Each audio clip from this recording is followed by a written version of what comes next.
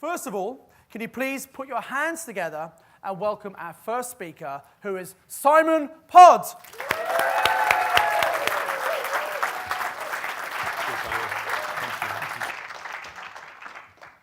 Thanks, Simon. Is it hot in here, or is it just me? So it's been a fantastic year, and I feel it's a real privilege to be up here, to be able to share my journey for the last 12 months with you guys. I've learned a lot, and I've met a lot of fantastic people. So, following on from the learning session earlier on, where Charles, Michael gave some really great points. I feel privileged to be here. No, it's not. So, for those of you who don't know me, I'm Simon Pod. I'm based in southwest London. And how did I get to the point where I'm involved in property, especially when I spent most of my working life in advertising sales? I work for some great companies. I'm still friends, mates with many of my ex-colleagues. I enjoyed the actual job. So I liked negotiating. I liked selling client-led solutions. I liked the people aspect of it. What I didn't like was all the corporate SH1T that goes with working for large corporations and then later startups. And after a while, I started to get, quite cynical and skeptical. And in order to sort of maintain relevance in quite a long, in an ever-changing industry, I sort of took a couple of roles with sort of firms in the cutting-edge sector. But quite frankly, just wasn't up to it. I wasn't engaged. I wasn't willing to learn. I wasn't interested in the subject matter, and I was getting, sort of, as I said, more and more skeptical. And I know I'm in danger of becoming a cliche, but I just thought there's got to be more to life than this. And I remember sitting in my home office at my desk, and I was just paralysed, a bit like I am now, really. But I was paralysed with sort of fear and worry and unhappiness that I wasn't performing, because I felt guilty that I was earning, a reasonable wage, but I wasn't delivering. So Claire came into the office, and I said, look, I'm a bit of a low point here. It was like culmination, but I said, is it okay if I resign? And she said yes. Now, I didn't have a clue what I was going to do, and this was 2 years ago, pretty much to the day. I'd never read Rich Dad, Poor Dad until I got into Mastermind. But looking back now, I could see that I'd actually sort of implemented a lot of what Robert Kiyosaki said, because we lived as a family within our means, which gave us choice, and choice is a big thing for me. So at that point, I realised that I could actually lease my freedom, but I didn't want to. But I could only lease it for so long. It's a bit like a car on HP. I knew that I didn't want to give it back at the end of the term. So I knew that I had to get out there and do something. I had to bring in an income. So I kissed a few frogs, like no doubt we all have. So I thought about consultancy, but that was just doing the same as what I was doing before, so that was never going to work. I spoke to franchises. We spoke about sort of just selling up from London, moving down to Southwest, lock, stock and barrel. But I wasn't coming up with anything that was really going to give me a decent income. I was just putting off the inevitable, which was going to be going back to corporate world. So to cut a long story short, I saw a chap at the swimming pool bars when I was with my daughter, and he had a copy of YPN. So I asked if I could borrow it, and I took it home, I read it, I subscribed that night. I then got Property Magic through the post in a couple of days, and I read it again, and I gave it to Claire, and she read it. And I thought, there's something in this. So I now know that potentially I can build an income from property. So what I'm now in a position to do is earn my freedom. I haven't earned it yet, because a lot of what I'll present to you is like sort of I managed to provide the bedrock for earning an income, but it was all about earning the income. My why is my family. They gave me permission to give up my job. They didn't ask me to give up my job. So, I've put an enormous amount of pressure on myself from day one in order to do reasonably well at this, because I have to. So in terms of my strategy, like many of you, well, all of us, we went on Accelerator, and I learned shed loads. It's bloody intense. We didn't see the outdoors for 3 days. I met a really great, fantastic bunch of people, many of you here today. But what I didn't have any property experience. I was in desperate need of generating an income. And I was based in London. So, it's good because, I'm fortunate enough to live in London. I have a house in London, but, I couldn't invest in London. What I did have was plenty of time.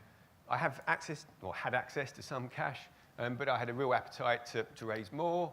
And what I've sort of understood is that I needed to work with people with more experience, more knowledge than I did in order to pull this off. So it was all about leveraging other people's talents.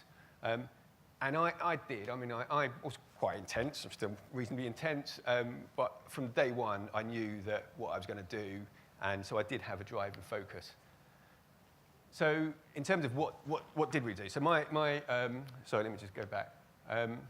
So my strategy, his HMOs, it's within East Midlands, and it's based on working with other people. So my first project was a JV, and it was with Jonathan, who I'm so lucky to have met Jonathan. He was on Mastermind Accelerator, and at the end of the weekend, we said that we could work together sometime in the future. Jonathan, he brought us this deal. It was an absolute no-brainer, and it turned out to be our first project. So it was a direct vendor from a retiring landlord. It was running as a sort of 10-bed student house. The vendor, landlord, he was making a decent income from it. It had licensing and planning in place. But our goal was to create a premium house share for professional lets and we wanted to break the rental ceiling in Derby. Derby's a fantastic area, great blue chip employers. So we knew we were in the right place. So my one challenge coming into Mastermind was I didn't really know where I was going to buy HMOs. I knew that I needed to buy them with the help of other people, but in some ways, like Jonathan solved that problem with where for me because he bought me this deal, so I didn't have to choose the area.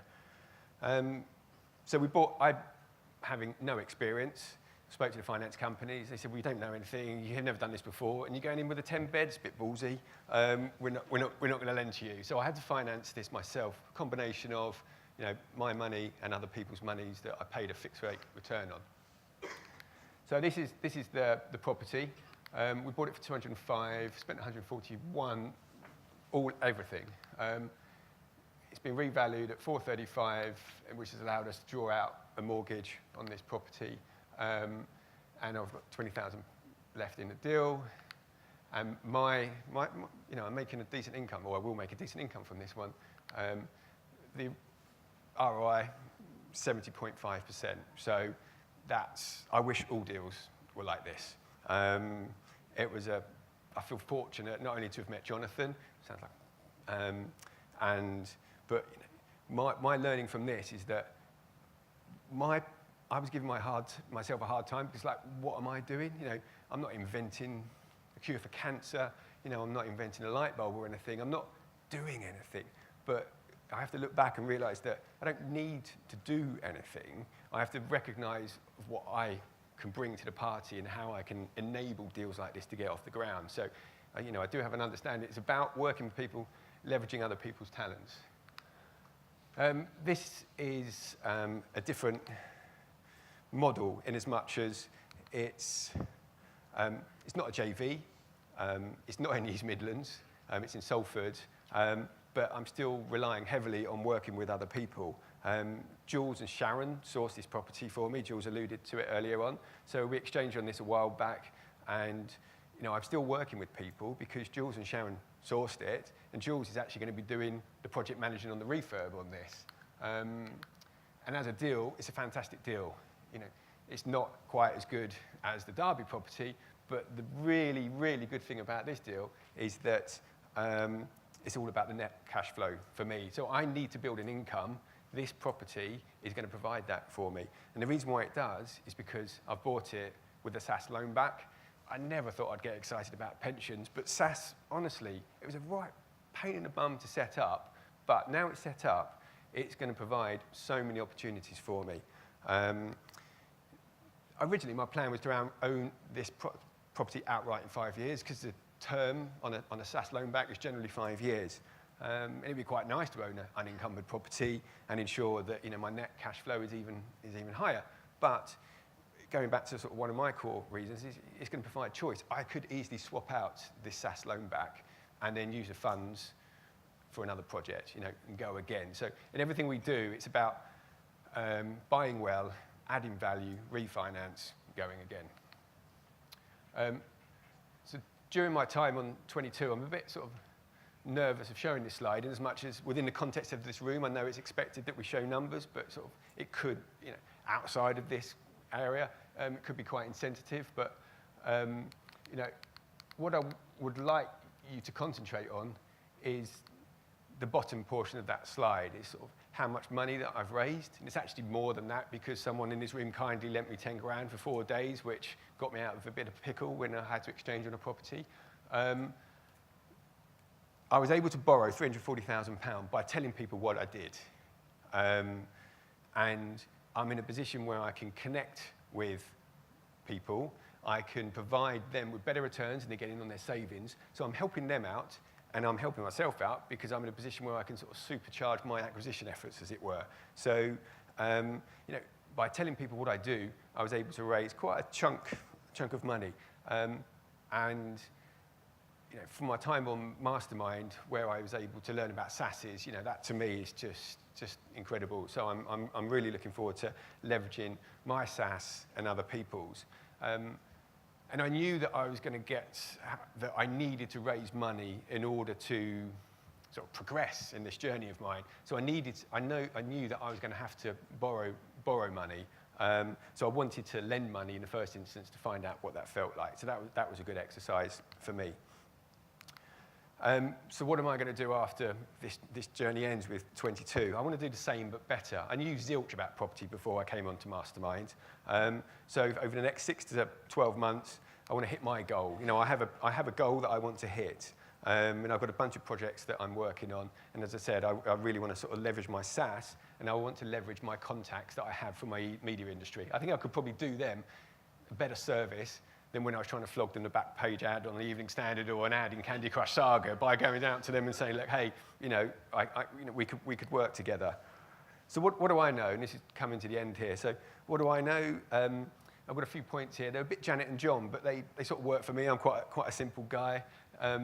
It is all about mindset and focus. Property is secondary. I will raise money. I will get more projects. I know that. But what I didn't know when I started this journey is I didn't know anything, and I was so anti-self-enrichment and all these self-help books. I've never read one before. I haven't read them all. I still don't read loads of them, but I've read 3, and they've changed my life. What I do know is that I have to have the right mindset. So I've MM22, you guys, been in this environment, working with the coaches, working with JV partner. I love, being in part of this environment. I'm an ad sales guy. I've always had targets over my head. I like having targets, but I've sort of moved on from that. I'm a sucker for post-it notes. I've got my mood board up in my room. I've got pictures of things that I want to achieve, and I've got pictures of things like the CEO of Yahoo, because I never want to go back to Yahoo ever again. So, carrot and stick for me.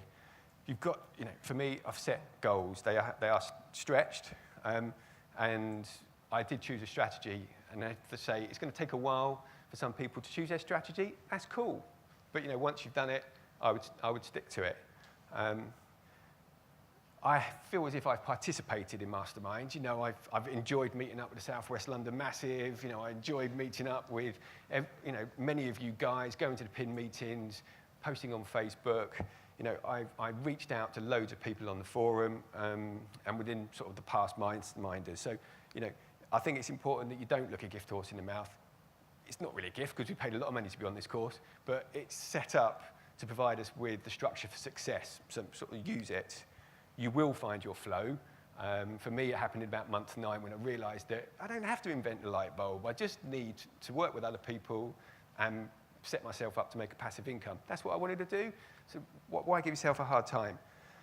And I do play to my strengths. So what Simon teaches, I will do some of it that I think suited to me. But if I can't, then I'll work with other people to do so. And just finishing on this last point, well, it's penultimate point, but going back to mindset, you know, you have to give yourself permission to succeed, really. So, you know, I do back myself. And I ask myself that question every day about, you know, what would it feel like if I didn't achieve? But, you know, I will. So it is about mindset, it's about focus, and I've loved every minute of it. And thank you very much, guys. Cheers.